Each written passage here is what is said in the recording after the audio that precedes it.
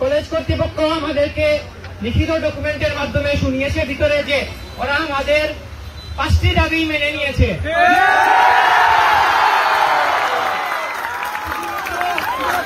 সকল দাবি মেনে নেওয়ার পাশাপাশি আমরা যে 6টি দাবি দিয়েছিলাম সংস্কার ও পরিবর্তনের ক্ষেত্রে কলেজের অথরিটিকে, ওরা সেই 6টি দাবিও মেনে নিয়েছে।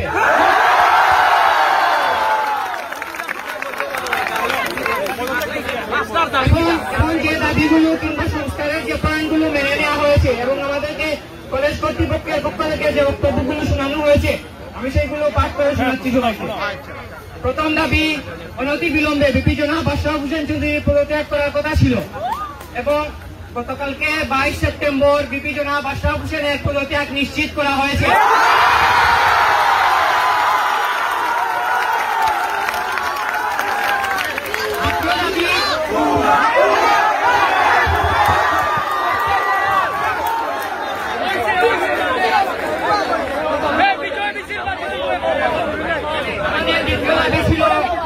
আজমানের শ্রেণী শিক্ষক অর্থাৎ বকুল সেকশনের শ্রেণী শিক্ষক জনাব শামীম হোসেন এবং সিনিয়র শিক্ষিকা মিস্তা ইবার অপসারণ করার কথা।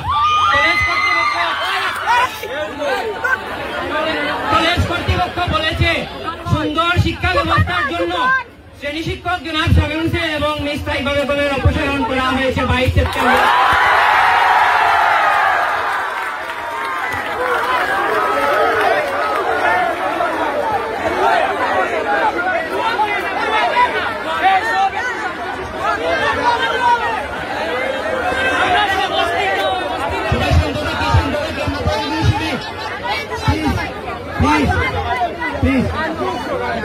আমাদের তৃতীয় দাবি ছিল পরবর্তীতে আজমানের এই বিষয়কে কেন্দ্র করে কোন শিক্ষার্থীকে ব্যক্তিগতভাবে কোন সমস্যার সম্মুখীন কিংবা হেনস্থা করা যাবে না।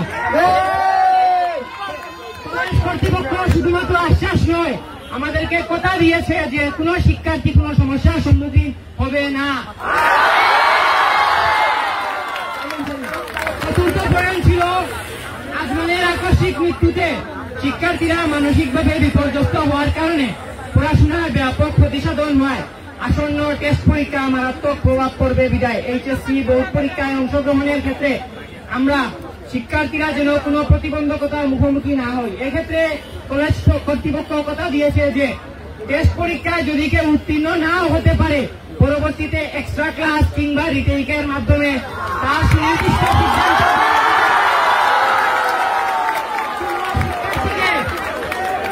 কোন শিক্ষার্থীকে চিঠি দেওয়া হবে না, ওরা কথা দিয়েছে।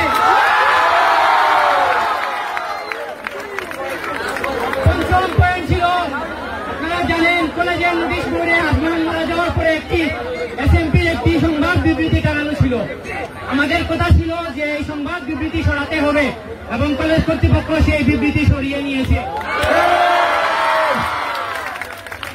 এখন আসি আমরা সংস্কার কিংবা পরিবর্তনের পয়েন্টে। প্রথম পয়েন্ট ছিল ভবিষ্যতে কোন শিক্ষার্থীর অভিভাবকের সাথে যেন অসদাচরণ না হয়। কথা দিয়েছে যে ওরা কোন অভিভাবকের সাথে কোনো খারাপ আচরণ ভবিষ্যতে বরদাস্ত করবে না।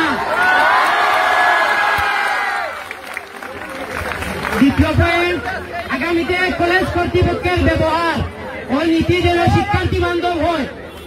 জনাব মেজর নাজিমুদ্দিন স্যার অধ্যক্ষ মহোদয়ের নিকট নির্দেশ দিয়েছেন যে কলেজের নীতিগুলো আগামীতে যেন শিক্ষার্থী বান্ধব হয়, সেই ব্যবস্থা অনতিবিলম্বে গ্রহণ করা হয়। পরীক্ষার রুটিন তৈরির ক্ষেত্রে শিক্ষার্থীদের মতামতের গুরুত্বের কথা তুলে ধরা হয়েছিল এবং আনুষ্ঠানিকভাবে প্রয়োগের কথা ছিল। তারা বলেছেন যে পরীক্ষার রুটিন এখন থেকে খসড়া রুটিন তৈরি করে আমাদের শ্রেণীকক্ষে পাঠানো হবে। শিক্ষার্থীরা সেই খসড়া রুটিন দেখে সিদ্ধান্ত নিবে যে এই রুটিন আদৌ তাদের জন্য ঠিক আছে।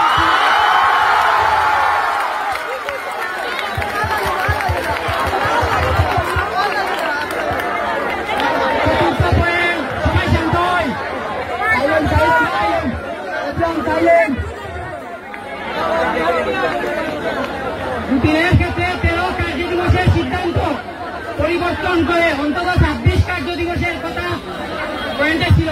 কলেজ কর্তৃপক্ষ আমাদের কথা দিয়েছে যে প্রতিষ্ঠান চালানোর ক্ষেত্রে বোর্ড কর্তৃক তাদের একটা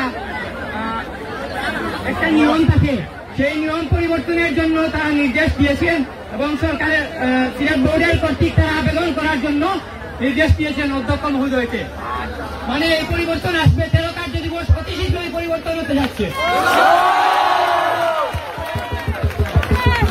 শিক্ষার্থীরা কোনো অভিযোগ দেওয়ার কারণে প্রায়শই শিক্ষকরা ব্যক্তিগত আক্রোশের প্রতিফলন ঘটান আমাদের শিক্ষার্থীদের একাডেমিক কার্যক্রম কিংবা পরীক্ষার ফলাফলে।